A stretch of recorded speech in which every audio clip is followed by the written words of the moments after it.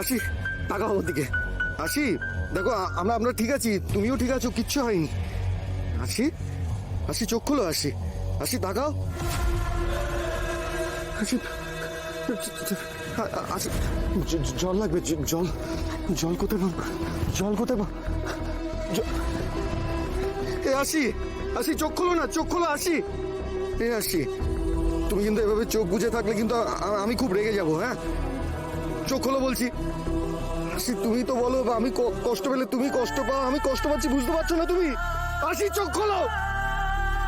হাসি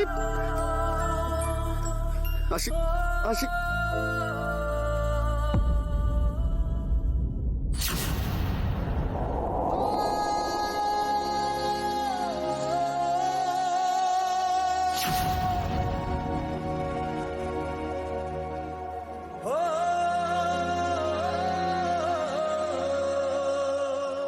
না না না না, এটা হতে পারে না। হাসি কিচ্ছু হয়নি তোমার, হাসি কিচ্ছু হয়নি তোমার। पिया पिया पिया अब तो तेरा है जिया, छाँव भी वही मेरा गाँव भी वही जहाँ বিশ্বাস করি না से हंसी खिलती। তুমি আছো হাসি, তুমি আছো। আমি তোমাকে কিছুতে হারাতে পারবো না, আমি কিছুতে হারাতে পারবো না। भी वही जहाँ शाम কিছু একটা করতে হবে আমাকে, কিছু একটা করতে হবে।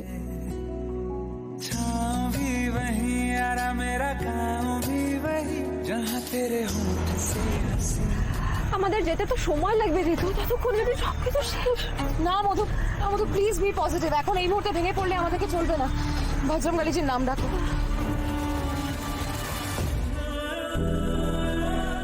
ভেতরে এসো। তোমরা সবাই ঠিক আছো তো? আমরা আমরা খুব চিন্তা করছিলাম তোমাদের জন্য। আর আমাদের মেয়ের কথাটা শুনেছো? মানে তোমরা তো এসে গেছো, কিন্তু আমার মেয়ে কোথায়, সঞ্জনা কোথায়? ওকে দেখছি না। হ্যাঁ, সেই ব্যাপারেই আপনাদের সঙ্গে কথা বলতে এলাম।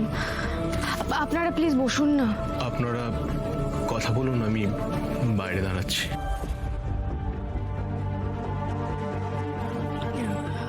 আমি মানে আপনাদের মেয়ে সঞ্জনা আর নেই। ও ও ও মারা গেছে। মারা গেছে মানে? আমার মেয়ে নেই? না না না, ও কি বলছো তুমি? বল, তোমার কাছে তাহলে খবর। ও কি বলছে? না না, তুমি ঠিক বলছো না। ওরা ওকে মেরে না না, কিচ্ছু হয়নি, তুমি বিশ্বাস করো। কি বলছে ওরা? আঙ্কেল আরে এটা ভুল। আপনারা প্লিজ আমার কথা শুনুন, আপনারা প্লিজ প্লিজ শান্ত হন। দেখুন দেখুন উদয়ন ভেঙে পড়েছে, ও আপনাদের ফেস করতে পারবে না বলে এখান থেকে চলে গেছে। হ্যাঁ আপনাদের এই মুহূর্তে শক্ত থাকতে হবে, প্লিজ প্লিজ।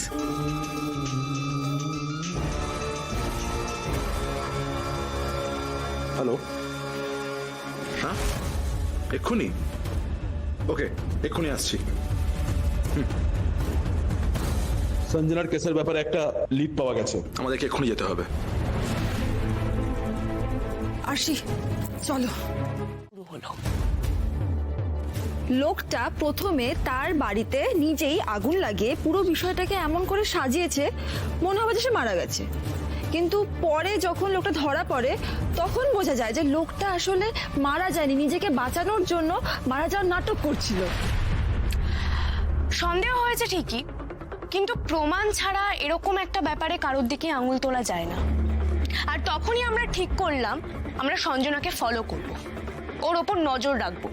আর ওর ওপর নজর রেখে এবং কিছু কিছু জায়গায় ঘুরে আমরা এটা জানতে পারি সঞ্জনা অ্যাক্সিডেন্টে মারা গেছে। তাহলে এ কে? আর সেটা ভাবতে ভাবতেই আমার আর সাক্ষ্যর ওপর প্রাণঘাতী হামলা হয়। আর এটা থেকে আমি নিশ্চিত হয়ে যাই যে আমার সন্দেহই ঠিক, সেই জন্য আমাদের মুখ বন্ধ করার চেষ্টা করা হচ্ছে।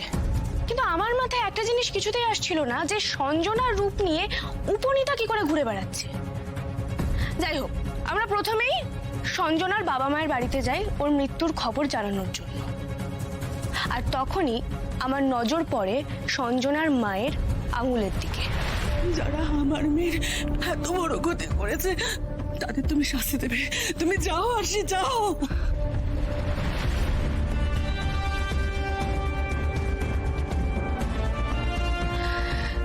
সেই মোমেন্টে আমি ওসব খেয়াল করার অবস্থাতে ছিলাম না, কিন্তু কোথাও না কোথাও আমার একটা খটকা লাগছিল, কিন্তু কিছুতেই ধরতে পারছিলাম না কোথায়। আমরা সঞ্জনার বাড়ি থেকে বেরিয়ে আসার পরেও আমার খটকা লাগছিল, কিন্তু কিছুতেই ধরতে পারছিলাম না আমার কেন খটকা লাগছে, কোন জায়গায় খটকাটা লাগছে। কিন্তু তার পরক্ষণেই আমার মাথায় এলো আংটি। আংটি দেখে আইডেন্টিফাই করলেন কি করে?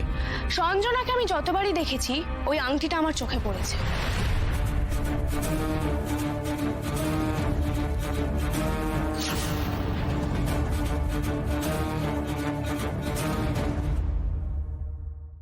আর ওই আংটিটা বেশ অন্যরকম দেখতে বলে প্রথমেই চোখে পড়ে। কিন্তু মা মেয়ে একই আংটি পরতেই পারে? হ্যাঁ, নিশ্চয়ই পারে, কিন্তু ওর মায়ের সঙ্গে আমি এর আগেও কয়েকবার কথা বলেছি, কিন্তু কখনোই ওই আংটি ওর মায়ের হাতে আমি দেখিনি। আর তাছাড়া সঞ্জনার আংটি ওর মায়ের হাতে ফিট হওয়ার কথাই নয়, কারণ সঞ্জনার মা মানে ভদ্রমহিলা বেশ গোলগাল ধরনের, আর উপনীতা রোগা। ওদের বাড়ি থেকে বেরিয়ে আমি খেয়াল করলাম সঞ্জনার মায়ের হাতে আমি ওই আংটিটা দেখেছি।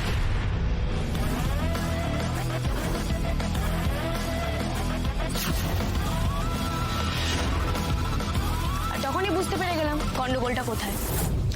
তাড়াহুড়োর চোটে ওই আংটিটা বদলাতে ভুলে গেছে, আর তখনই আমি নিশ্চিত হয়ে যাই সঞ্জনার মায়ের রূপে আর কেউ নয়, উপনীতাই দাঁড়িয়েছিল আমাদের সামনে।